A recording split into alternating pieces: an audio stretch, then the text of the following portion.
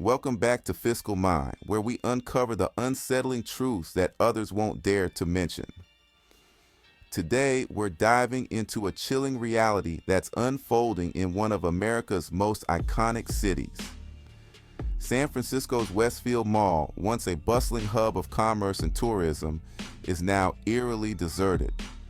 But what's even more terrifying is what this decay means for the city's future.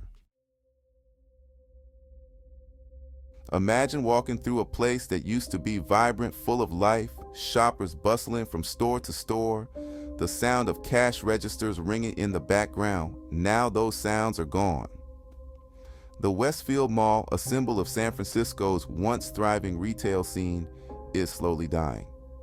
But this isn't just the story of a mall losing its luster. This is a story of a city in crisis. Over 50% of the retail spaces in this once premier shopping destination are now vacant.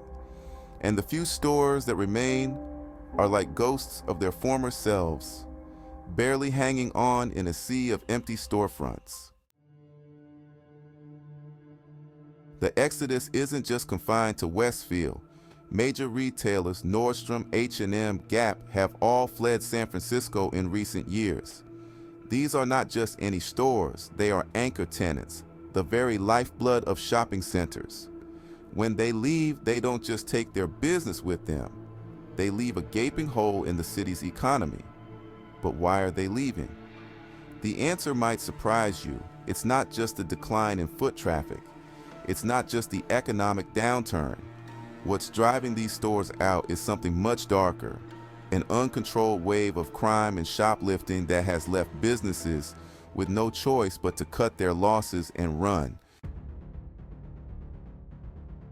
You might be thinking, but San Francisco is a tech giant, a cultural hub. How could this happen?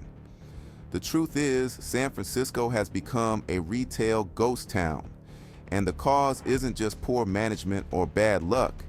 It's a perfect storm of factors that have turned one of America's most vibrant cities into a shell of its former self.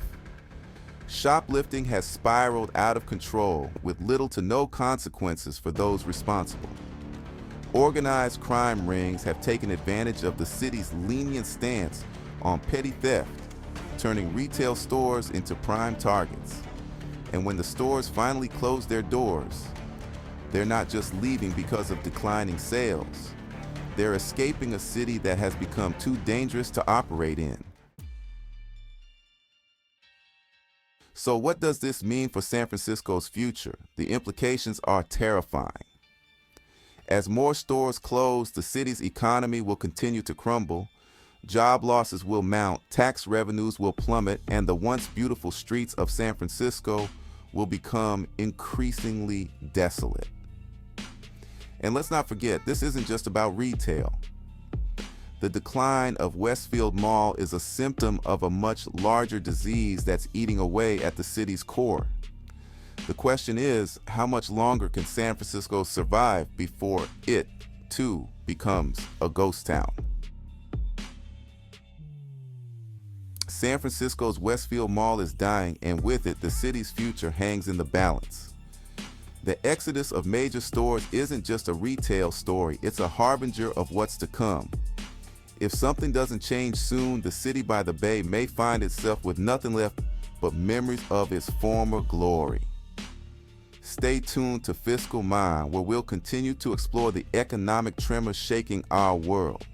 But beware, what's happening in San Francisco could be just the beginning.